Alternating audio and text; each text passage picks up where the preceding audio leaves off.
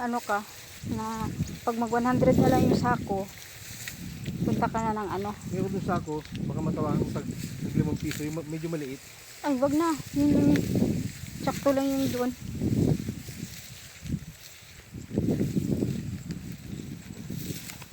Pag may training pala ng seed grower, mag-training ka sa seed grower.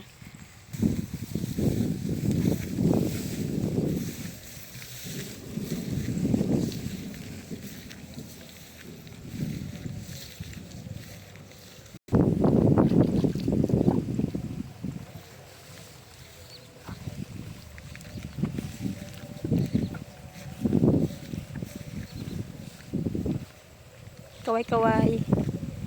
Picture pa. Dito.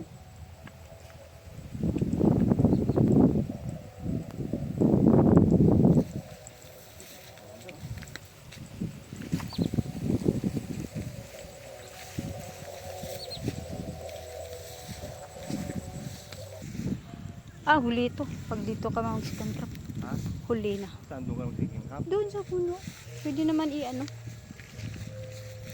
Lalagyan ng kanal doon, no? Hmm. No? Hmm.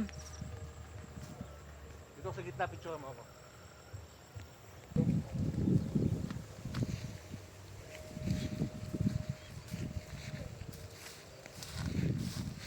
Yan o.